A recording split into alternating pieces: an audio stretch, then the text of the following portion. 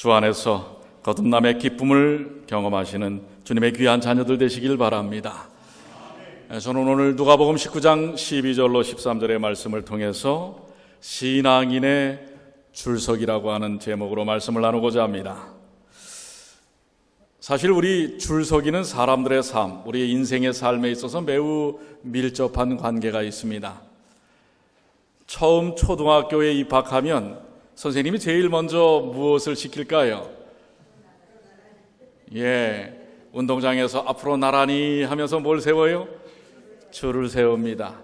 이 어린이들만 그런 게 아닙니다. 이 남자들이 군대 가면 훈련소에서 제일 먼저 시키는 게 뭔지 아십니까? 줄을 세우는 것입니다. 그래서 줄을 세워야 거기서부터 시작해서 군인의 정신과 또한 바른 자세를 가리키기 시작합니다. 그래서 우리 오늘 이 줄서기에 대해서 한번 좀 말씀을 나누면서 이 줄서기에 여러 가지 상황들이 있습니다. 오늘 특별히 오늘날에는 줄서기 마케팅이라고 있습니다. 여러분들 줄을 많이 쓴 상점들 잘 되는 상점일까요? 안 되는 상점일까요? 그거를 뭔가 살려고 하는 소비자의 입장에서는 줄 서는 게 좀 불편하지만, 그러나 업주의 입장에서는 줄 서는 마케팅을 하면 그야말로 대박이 나는 것입니다.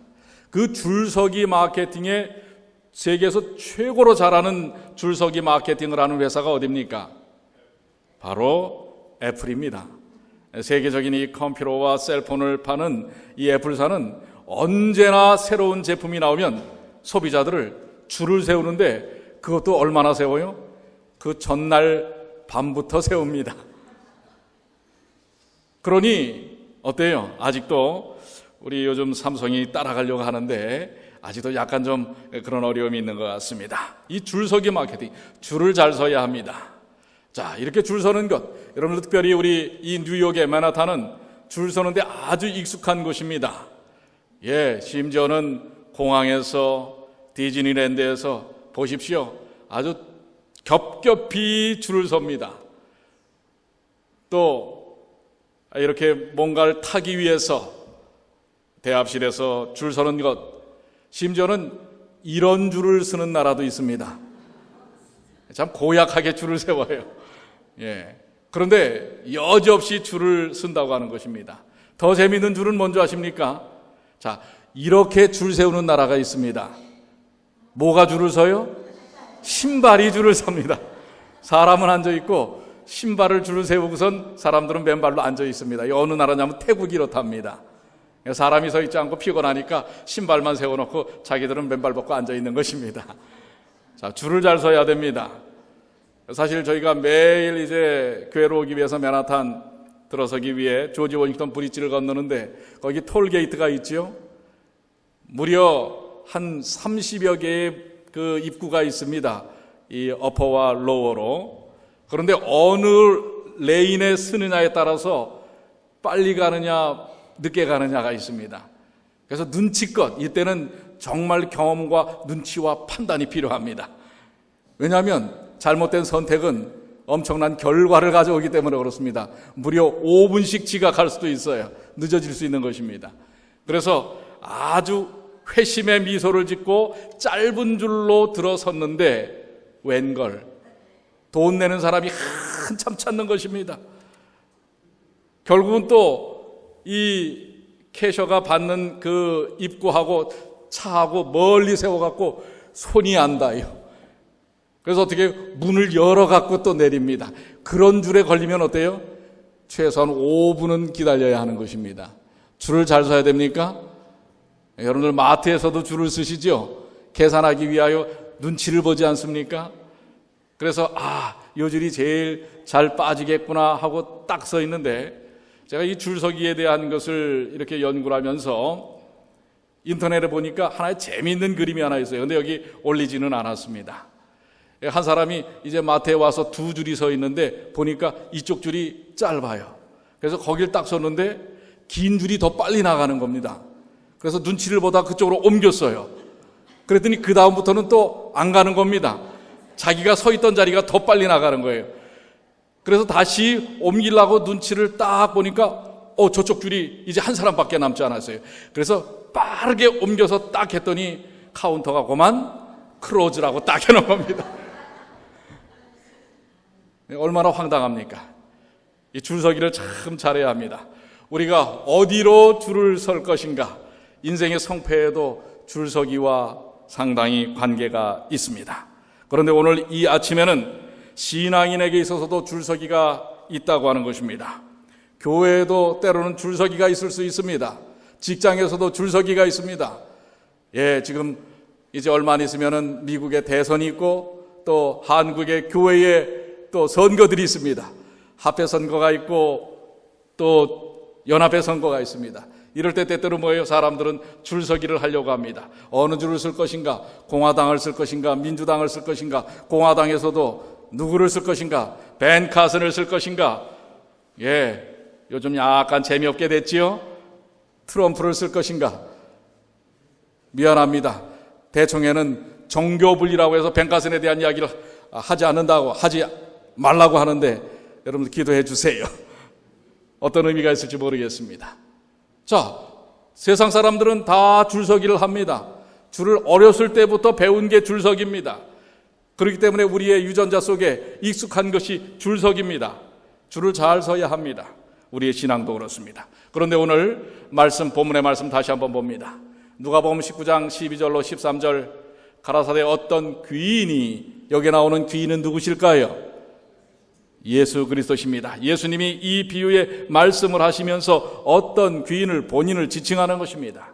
어떤 귀인이 왕위를 받아가지고 오려고 먼 나라로 갈 때에 지금 어디로 가시려고 하는 예수님의 마음을 드러내시는 겁니까? 하늘에 가셨다가 다시금 오실 예수님의 마음을 드러내고 있는 것입니다. 그 종 열을 불러 은 10문화를 주며 이르되 내가 돌아오기까지 뭐하라? 비즈니스 하라고 하는 것입니다. 예수님께서 여러분들에게 비즈니스 하라고 합니다. 비즈니스를 잘해야 합니까? 장사를 잘해야 합니다. 그런데 이 내용을 좀 더 정확하게 알기 위해서는 그 14절부터 있는 말씀들을 보아야 합니다. 그런데 그 백성이 저를 미워하여 사자를 뒤로 보내어 가로되 우리는 이 사람이 우리의 왕됨을 원치 아니하노이다 하였더라. 귀인이 왕위를 받아가지고 돌아와서 은준 종들을 각각 어떻게 장사한 것을 알고자 하여 저희를 부르니 그 첫째가 나와 가로되 주여 주의 한 문화로 10문화를 남겼나이다. 주인이 이르되 잘하였다 착한 종이여 내가 지극히 작은 것에 충성하였으니 10고울을 권세를 차지하라 하고 18절 그 둘째가 와서 가로되 주여 주의 한 문화로 5문화를 만들었나이다. 주인이 그에게도 이르되 너도 5고울을 차지하라 하고 또 한 사람이 와서 가로되 주여 보소서 주의 한 문화가 여기 있나이다. 내가 수건으로 쌓아두었나이다. 이는 당신이 엄한 사람인 것을 내가 무서워함이라. 당신은 두지 않은 것을 취하고 심지 않은 것을 거두나이다. 22절 주인이 이르되 악한 종아 내가 내 말로 너를 판단하노니 너는 내가 두지 아니한 것을 취하고 심지 않은 것을 거두는 엄한 사람인 줄을 알았느냐. 그러면 어찌하여 내 은을 은행에 두지 아니하였느냐. 그리하였으면 내가 와서 그 별리까지 찾았으리라 하고 곁에 서는 자들이 이르되 그 한 문화를 빼앗아 10문화 있는 자에게 주라 하니 저희가 가로되 주여 저에게 이미 10문화가 있나이다.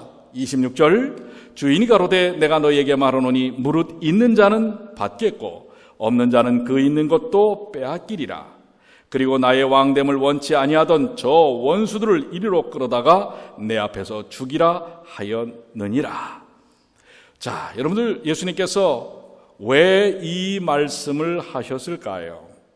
이 장면은 누가복음 19장 우리가 12절부터 읽었는데 1절부터에 나오는 말씀 11절까지는 누구를 만난 것에 대한 이야기가 나오냐면 삭개오. 여러분들 잘 아시는 삭개오의 이야기가 바로 나오는 것입니다. 삭개오를 만나신 다음에 삭개오가 이제 누구를 받아들이죠? 예수 그리스도를 받아들이고 그 온 가족이 구원을 얻습니다. 그런데 예수님의 제자들이 생각할 때 삭개오는 구원받을 만한 사람이에요, 아니에요? 아닌데 구원을 받지 않습니까? 그래서 예수님께서 10절부터 뭐라고 말씀하시냐면 인자에 온 것은 잃어버린 자를 찾아 구원하려 함이니라. 저희가 이 말씀을 듣고 있을 때에 비유를 더하여 말씀하시니 이는 자기가 예루살렘에 가까이 오셨고 저희는 하나님의 나라가 당장에 나타날 줄로 생각함일러라. 즉 예수님께서는 이제 이 삭개오의 사건을 통해서 제자들의 마음속에 그들이 이 추수 때에 백성들을 어떻게 영적인 영혼의 장사 경영을 통해서 그들을 구원해야 할지를 말씀하시는 것인데, 제자들은 이 구원받지 못할 정말 천하의 몹쓸 삭개오가 회심하고 구원받는 일을 통해서 야, 이제는 정말 하나님의 나라가 금방이라도 오겠구나 라고 생각하는 것입니다. 그래서 예수님께서 내가 이제 왕위를 받아 하늘로 갈 터인데 다시 올 때까지 이 사명 너희들이 온전히 해야 할 것이다 라고 하는 말씀을 사명 가진 자들에 대한 삶에 대해 이야기하고 있는 것입니다. 자, 어떤 삶을 종들은 살아야 할까요? 여러분, 이 장면과 마태복음 25장 14절로 30절에 나오는 무슨 비유의 말씀이 상당히 흡사합니까? 달란트의 비유의 이야기와 상당히 흡사합니다. 그런데 내용이 비슷한 부분도 있고 다른 부분도 있어요. 오늘 그 다른 부분에 대한 말씀에 우리가 초점을 좀 맞추게 되길 바랍니다. 자, 여기 이 10명의 종들에게 얼마씩을 줬다고 그랬어요? 사업자금을? 얼마씩을 줬다고 그랬죠? 예, 이 다른 것은 바로 그것입니다. 달란트 양이 다르죠. 세 종에게 다 다릅니다. 그런데 여기 10명의 종에게 주어진 문화는 똑같습니다. 한 문화씩을 줬습니다. 한 문화는 100드라크마, 100데나리온입니다. 한 데나리온은 노동자의 하루 임금이에요. 그렇다면 한 문화는 노동자들의 100일치 일급입니다. 그러니까 석 달치 월급이에요. 석 달치 월급, 대략 일상적인, 물론 많이 버시는 분들도 있지만 일반 노동자 하루에 100불을 번다고 생각을 하시면 적게 잡아도 석 달치 100불씩 치면 100일이면 10,000불 정도입니다. 10,000불의 지금 사업 자금을 받은 것입니다. 그런데 이미 여러분들이 말씀을 읽었던 것처럼 처음에 왔던 한 종은 한 문화를 가지고 장사를 해갖고 몇 문화를 남기죠? 10문화를 남겨가지고 11문화가 됐습니다. 또 한 종은요, 5문화를 남겨서 6문화가 됐는데, 자, 그들은 정말 충실히 사업을 했습니까? 사업을 했어요, 안 했어요? 사업을 한 것입니다. 자, 그런데 여기 교회 증언 2권 668쪽에 각 사람은 가진 바 주의 것은 무엇이며 그분의 영광을 위해 그것을 어떻게 쓸 것인지를 자문해야 한다. 그렇습니다. 이 종들에게 준 문화는 오늘 여러분과 저에게 하나님께서 주신 것과 같은 것입니다. 그러면 우리는 과연 하나님께로부터 무엇을 받았는가? 예수님께서 말씀하신 그 제자들과 또한 이 비유 가운데 나온 종에게 준 경영에 대한 원칙과 자세는 무엇이 되어야 할 것인가? 예수님께서 말씀하신 것은 내가 올 때까지 뭐 하라? 장사하라. 하늘의 주인께서는 여행 중이십니다. 우리의 황금 같은 기회는 바로 지금이라고 하는 사실입니다. 우리에게 이미 자본금이 있습니다. 달란트가 수중에 있어요. 우리가 그것을 하나님의 영광을 위해 쓸 것인가, 아니면 그것을 남용할 것인가? 오늘 우리가 달란트로 장사할 수 있을지 모르나 내일 우리의 유예기간이 끝나고 우리의 계정이 영원히 고정될지 모른다는 사실을 인지해야 한다고 하는 것입니다. 그래서 이 두 종은 충실히 능력껏 자신들의 모든 걸 발휘해서 어떻게 해요? 10문화와 5문화의 경영함에 대한 결과를 남깁니다. 여러분들, 장사 중에서 최고의 장사는 뭐라고 합니까? 돈을 남기는 거예요? 예. 오늘 예수님께서는 돈을 남기는 거에 포커스를 맞추는 것이 아닙니다. 진짜 장사를 하라고 하는 것입니다. 진짜 장사는 뭐예요? 사람 장사라고 하니까 또 이상한 걸 생각하는 분 계세요. 뭐 인신매매, 이게 아니죠. 진짜 큰 장사는 뭐를 남기는 장사라고요? 사람을 남기는 장사입니다. 바로 예수님께서는 이 장사를 그 종들을 통해, 종의 비유를 통해서 제자들에게 가르치고자 하는 것입니다.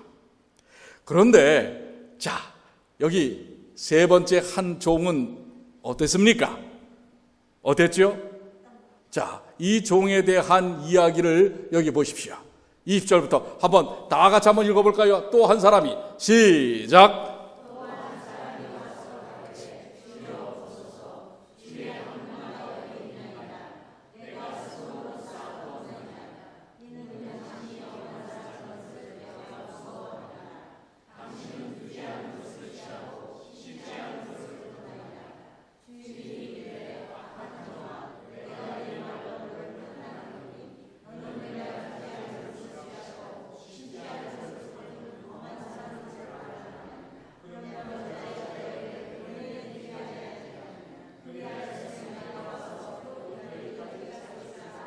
예.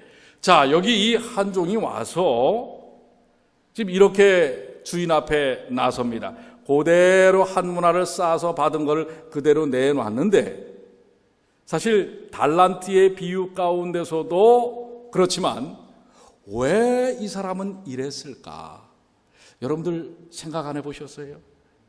이 사람이, 다른 사람들은 분명히 주인이 떠날 때 장사하라라고 자본금을 줬단 말이에요. 근데 이 사람은 왜 장사를 하지 않았을까? 그 이유에 대하여 여러분들 좀 생각해 보시지 않았어요? 그런데 여기 이 말씀 가운데 첫 번째 이야기가 나와요. 21절에 이는 당신이 모한 사람인 것을, 엄한 사람인 것을 내가 무서워함이라. 주인에 대하여 이 종은 주인과의 관계가 어떤 관계예요? 두려움과 무서움의 관계라고 하는 것입니다. 여기에 첫 번째 이유가 있고요.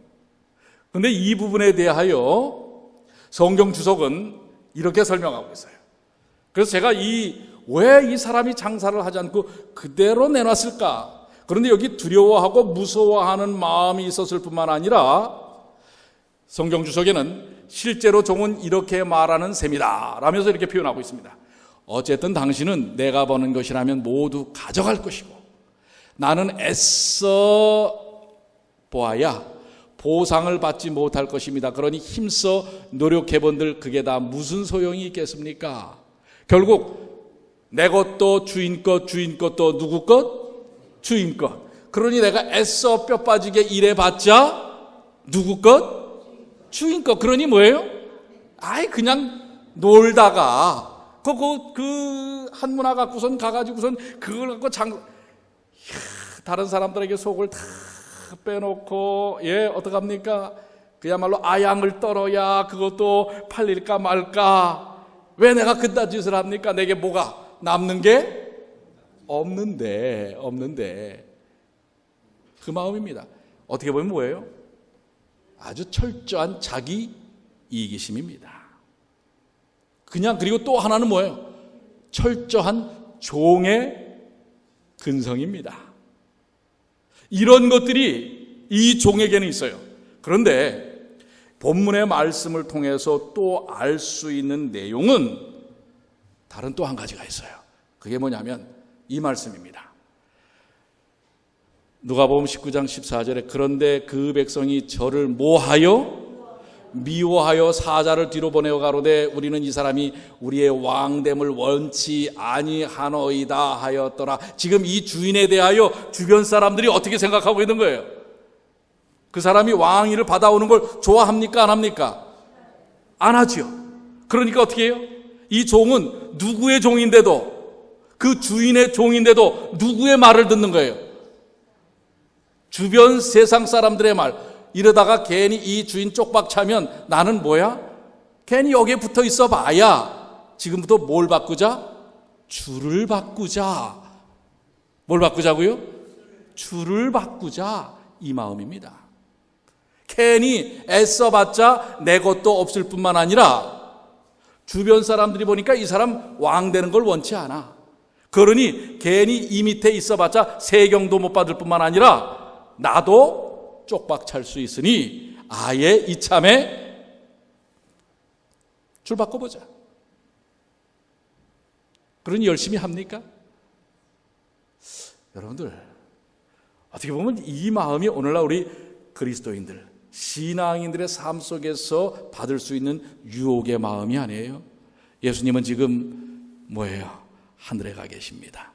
근데 우리가 생각하는 것보다는 오시는 일이 너무 지체돼요.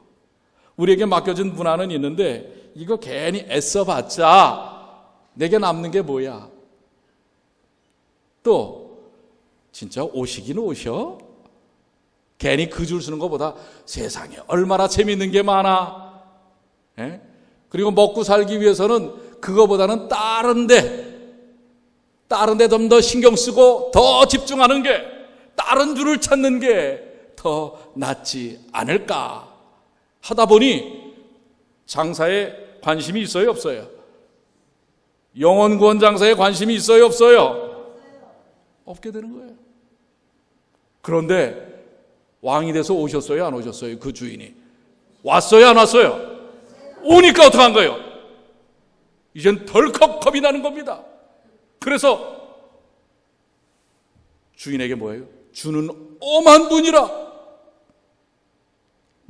진짜 무서워지는 거예요. 이젠 관계가 수립되지 않은 상태에서 결과가 다가온 것입니다.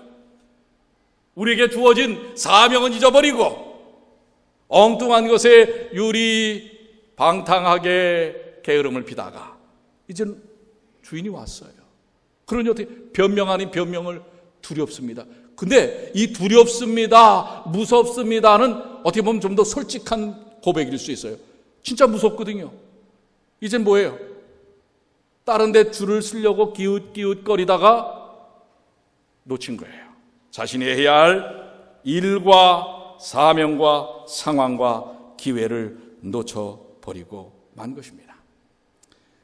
그래서 유다서 1장 18절에는 그들이 너희에게 말하기를 마지막 때에 자기의 경건치 않은 정욕대로 행하며 기롱하는 자들이 있으리라 하였나니, 여기 기롱이 뭐예요?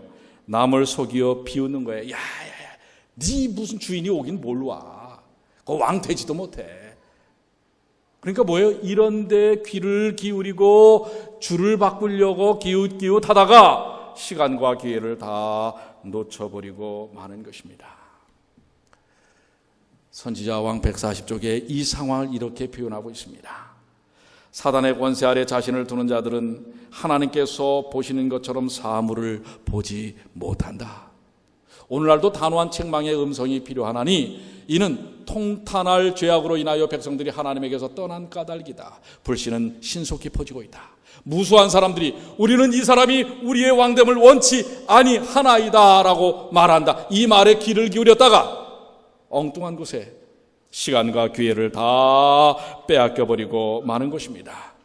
그래서 목사들에게 보내는 권면에 이렇게 이야기합니다. 하나님의 백성이 말세의 위기에 접근할수록 사단은 그들의 믿음을 깨트려버릴 가장 효과적인 계획에 대하여 그 천사들과 열렬하게 협의한다. 우리가 사는 예수 중심의 삶의 줄을 바꾸기 위해서 어떻게 해요? 사단과 사단의 추종 세력들은 열렬하게 협의를 하는 것입니다. 그는 일반 교인들이 그의 기만적인 힘에 의하여 이미 잠들어 버렸음을 본다. 뭐라고요? 어떻게 된 걸 봐요? 지금도 눈 감고 계신 분들은 잠든 거 아니죠? 그는 일반 교인들이 그의 기만적인 힘에 의하여 이미 잠들어 버렸음을 본다. 지금 사단이 보는 거예요. 하나님의 교회 백성들이 잠자고 있는 것을 보는 겁니다. 왜요? 줄 바꾸려고 여기저기 엉뚱한 데 신경 쓰다가 기회와 시간을 다 놓쳐버리고 이제는 어미하신 왕 앞에 설 때는 두렵습니다. 무섭습니다. 그때는 too late. 늦어버린 거예요. 목사에게 보내는 473쪽 권면 우리는 세속주의 정욕 교만을 통해 그리스도로부터 많은 사람을 떨어져 나가게 할 수 있다. 이게 지금 사단이 하는 얘기예요. 세속주의와 정욕과 교만을 통해서 그리스도로부터 주를 바꾸도록 만들려고 하는 일에 성공하고 있다고 하는 것입니다. 그들은 자신이 진리를 믿고 있기 때문에 안전하다고 스스로 생각하겠지만 이게 지금 우리가 갖고 있는 착각이라는 거예요. 우리가 진리를 믿고 있다, 그렇기 때문에 우리는 안전하다라고 생각하겠지만 판단을 혼란시키고 분별력을 파괴하는 식욕이나 정욕한 정욕에 몰두함으로 멸망을 받게 될 것이다. 가서 땅과 돈을 가진 자들을 이생의 염려로 취하게 하라. 이게 지금 누가 하는 작전이에요? 누가요? 사탄 마귀가 하나님의 백성들을 향하여 하는 전략이요. 꽤 이 전략은 오늘날 이 세계, 이 시대 속에서 성과를 보고 있다고 하는 것입니다. 결국 그 결과 어떻게 될까요? 그래서 우리는 어떤 줄을 서야 할 것인가? 그 결과 엉뚱한 줄을 쓴 세 번째 이 종은 여러분들이 읽으신 말씀처럼 26절 주인이 가로되 내가 너에게서 말하노니 무릇 있는 자는 받겠고 없는 자는 그 있는 것도 빼앗기리라. 여러분 여기서 이 있는 것 무엇일까요? 물론 문화입니다. 그러나 이 문화보다도 더 중요한 문화의 본질적 의미는 무엇일까요? 돈이 아니지요. 그 주인을 향한 순종과 충성심입니다. 믿음입니다. 그 있는 자는 받겠고 없는 것은 뭐예요? 없는 자는 그 부수적인 것까지도 다 빼앗기리니, 그리고 결국 주를 바꾸게 노력했던 주변의 세력들은 결국 어떻게 됩니까? 그리고 나의 왕됨을 원치 하던 저 원수들을 이루어 끌어다가 내 앞에서 죽이라 하연 심판대 앞에서 끝나는 것을 이야기하는 것입니다. 여러분들 누구 앞에 서야 할 것일까요? 누구를 중심으로 우리가 그 초점을 맞춰서 서야 할까요? 예수 앞에 서시는 주님의 귀한 자녀들이 되시길 바랍니다. 많은 이들이 갈등할 것입니다. 눈치를 볼 것입니다. 누구 앞에 서야 할지. 십자가 앞에 제자들처럼, 제자들도 예수님이 십자가에 달릴 때 얼마나 뭐예요? 눈치를 보고 흩어지지 않았습니까? 그러나 여러분과 저는 누구 앞에 서야 할까요? 이제 주를 제대로 서시는 주님의 귀한 자녀들 되시길 바랍니다. 자, 이사야 11장 1절 어떤 줄기를 잡아야 할 것인가? 자, 이새의 시작. 이새의 줄기에서 한 싹이 나며 그 뿌리에서 한 가지가 나서 결실할 것이요 영생의 결과물은 바로 이새의 한 줄기, 이새의 줄기에서 난 한 싹, 한 가지 예수 그리스도, 그 줄기를 잡아야 하는 것입니다. 그 줄을 서야 하는 것입니다. 그래서 우리 야고보는 4장 8절에 하나님을 가까이 하라 그리하면 너희를 가까이 하시리라. 죄인들아 손을 깨끗이 하라. 두 마음을 품은 자들아 마음을 성결케 하라. 이쪽 쓸까 이쪽 쓸까, 예수님을 향하였을까 세상을 향하였을까 했던 이 두 마음을 품은 자들에게 마음을 성결케 하라 라고 이야기하고 있습니다. 리비언 헤럴드 1890년 2월 18일자에 그대는 그대의 속절없는 영혼을 예수께 매달리도록 해야 한다. 아멘입니까? 누구에게 매달리도록? 예수께. 그대는 그대 자신과 그대의 견해들을 하나님의 제단 위에 올려놓아야 하며 그대의 선입견을 내어버리고 하늘의 영께서 모든 진리 가운데로 인도하시도록 해야 한다. 그렇습니다. 여러분들이 예수님께 줄을 잘 서시면 놀라운 역사가 일어납니다. 교회 안에 서고 가정이고 직장에 서고 어떤 사회에 서고 여러분들 예수님을 향한 줄을 서셔야 합니다. 아리따운 처녀가 있었습니다. 그런데 이 처녀가 참 아름다워서 여러 남자들이 데이트 신청을 합니다. 그런데 이 여인이, 이 아리따운 처녀가 관심을 갖고 있었던 총각은 정말 순박하고 부드럽고 따뜻한 하나님을 믿는 청년이었어요. 그래서 그와 몇 번 데이트를 했는데 그때 이제 마음이 거의 그 하나님을 믿는 청년에게로 기울어져 가는데 갑자기 왕자탄이래. 백마 탄 왕자가 나타난 겁니다. 왕자 탄 백마가 아닙니다. 백마 탄 왕자 같은 아주 멋진 청년이 나타나서, 이야, 멋질 뿐만 아니라 뭐예요? 지갑도 두툼해요. 명품으로 그냥 갖다 막 들이미는데, 그렇지 않아도 이 뭐예요? 이 예수 믿는 청년은 그렇게 뭐 부자는 아닙니다. 마음은 따뜻하지만, 이 아리따운 처녀가 마음이 점점 이쪽 줄에서 어느 줄로 가는 겁니까? 저쪽 줄로 가는 거예요. 이 돈 많고 선물 공세를 하는 이 청년에게로 딱 넘어가서 데이트를 하자고 해서 데이트를 했는데, 그날 밤 그만 순교를 잃어버렸습니다. 그리고 그날 임신을 하게 돼요. 그런데 그때까지 그렇게 선물 공세를 하면서 구애를 했던 이 백마탄 왕자가 완전히 뭐가 되는 거예요? 늑대요 일이요 승냥입니다. 그 임신했다는 사실을 알고 이 여인을 처참하게 버려버렸어요. 이제 이 여인은 이 남자를 정말 죽이고 싶은 증오심이 이 가슴 속에서 막 부풀어 오릅니다. 그러면서 이제 배 안에 있는 아이를 어떻게 할까? 이 아이를 지우고 나도 죽어야지. 근데 이 사실을 누가 한 거예요? 누가 알았어요? 그 예수를 믿는 청년이 한 거예요. 이 처녀가 아이도 지우고 자기도 죽으려고 하는 그 순간에 이 예수를 믿는 청년이 와서, 순박한 청년이 와서, 아닙니다. 그 아이도 태어나면 나의 아이로 생각하고 나는 당신을 정말 사랑합니다. 그러니 나와 결혼해 주시겠습니까? 그 절망의 어두움 속에서 정말 죽을 수밖에 없었던 이 처녀는 이 따뜻한 손길로 손을 내미는 총각의 손길을 뿌리칠 수가 없었어요. 그래서 너무 미안하지만, 너무 정말 부끄럽지만 그 총각의 손을 잡고 그 둘은 결혼을 합니다. 아이를 낳아서 이들은 정말 행복하게 살았을까요? 정말 행복하게 살았어요. 아이가 커서 이제 남자아이를 낳았는데 아들이 4살이 됐습니다. 근데 4살이 됐는데 그 아이의 아버지가 찾아온 거예요. 찾아와서 이 아이 내 아이지, 이 아이를 주든지 내게 돈을 주든지. 무슨 얘기인지 아시겠죠?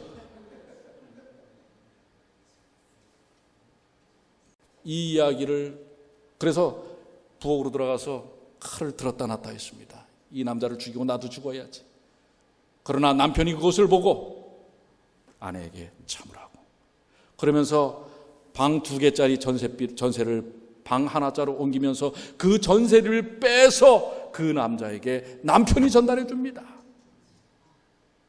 그리고 몇 해 동안요, 계속 이 남자는 때마다 찾아와서 행패를 부리는 겁니다. 그때마다 이 남편이 나서서 어떻게 하는 거예요? 그 남자에게 이 아내가 모르게 또 돈을 챙겨서 주기도 하고, 그렇게 해서 보낸 적이 한두 번이 아닙니다. 그러고 몇 년이 흘렀습니다. 또 연락이 왔어요. 내가 지금 어느 병원에 있는데 내 아이를 보고 싶으니까 아이를 데리고 오라고. 그런데 이 아기 엄마는 가고 싶지 않았습니다. 이미 그 두 사이에도 아이가 또 하나 낳았어요. 그래서 이 네 가족이 아주 행복하게 사는데 이 병원까지 아이를 데리고 오라는 거, 데리고 가고 싶지 않아요. 그런데 남편이 그걸 알고 아니라고, 가봅시다 하고 그 아이의 손을 잡고선 셋이서 병원에 들어갔습니다. 그런데 들어가 보니까 그 남자, 이 나쁜 남자가 거의 죽게 되었어요. 간경화로 이제 이 목숨이 촌각에 달려있는 것입니다. 그런데 이 아이가 이제 7, 8살쯤 된 이 아이가, 엄마, 저 사람은 누구야? 할 때 그 말을 듣고 침상에 누워있던 이 남자가 말을 띱니다. 그때 이 엄마는 긴장합니다. 왜? 여태까지 이쪽에 있는 아버지가 자기 아버지라고 생각하고 왔는데 이 누워있는 사람이 내가 네 애비다 이럴까봐. 그런데 그래도 일말의 양심이 있는지 그냥 아는 친척 아저씨야 하는 것입니다. 그러면서 이 사람이 이야기를 합니다. 이 죽어가는 이 나쁜 아기 아버지가 사실 지난 수년 동안 제가 너무나 나쁜 짓을 했습니다. 저는 이제 곧 죽게 될 것입니다. 그러나 예수를 믿는 당신, 그 남편을 향하여 얘기합니다. 당신이 내게 보여준 그 모습은 내가 얼마나 나쁜 짓을, 얼마나 많은 행패를 부렸음에도 불구하고 언제나 그 인자한 모습으로 예수 믿는 그 믿음의 모습을 보여줬던 당신 때문에 내가 지금 예수를 믿었노라고. 그리고 고맙습니다. 그리고 미안합니다. 하고 마지막 말이 뭔지 아세요? 마지막 유언으로 남긴 말은 오직 예수 하고 숨을 거둡니다. 여러분, 한 사람의 예수 믿는 사람의 건실한 예수 중심의 줄서기의 삶이 몇 사람을 살렸어요? 3사람을 살리죠. 그 나쁜 남자, 그 남자의 아이, 그리고 그의 아내. 여러분, 우리는 누구 중심의 줄을 서야 할까요? 예수 중심의 삶을 사는, 예수님 중심의 줄을 서는 사람은 수많은 그 이후에 생명적 줄을 이어간다는 사실을 기억하시게 되길 바랍니다. 저는 그래서 말씀을 정리하면서 용혜원 시인의 오직 예수만 바라보게 하소서, 저는 이 제목을 십자가로 줄 바꿔 서기 이렇게 제가 한번 붙여봤어요. 이 시는 이렇습니다. 오직 예수만 바라보게 하소서, 나의 시선의 초점이. 오직 예수만 바라보게 하소서, 나의 마음의 초점이. 오직 예수만 바라보게 하소서, 나의 영혼의 초점이. 오직 예수만 바라보게 하소서, 나의 삶의 초점이. 오직 예수만 바라보게 하소서, 나의 꿈의 초점이. 오직 예수만 바라보게 하소서, 나의 소망의 초점이. 오직 예수만 바라보게 하소서. 오늘 여러분들 예수 중심의 십자가의 줄로만 사시기를 마음에 결심하십니까? 혹 그동안 이 줄 바꾸려고 저 줄 바꾸려고 인간줄, 재정줄, 권력줄, 자기 자만의 줄, 자기 자랑의 줄, 이런 줄, 저런 줄 살폈던 모든 것들이 있다면 십자가 중심으로 줄 바꿔 서기를 하는 주님의 귀한 자녀들 되시길 바랍니다. 여러분의 십자가의 줄 밑에는 생명의 역사의 영혼들이 부지기수 함께한다는 사실을 기억하시길 바랍니다. 하나님의 은혜가 오늘 신앙인의 줄서기, 예수 중심의 줄서기를 통해 이루어짐을 확신하는 주님의 귀한 자녀들 되시길 바랍니다. 자, 이제 우리 다 같이 일어나셔서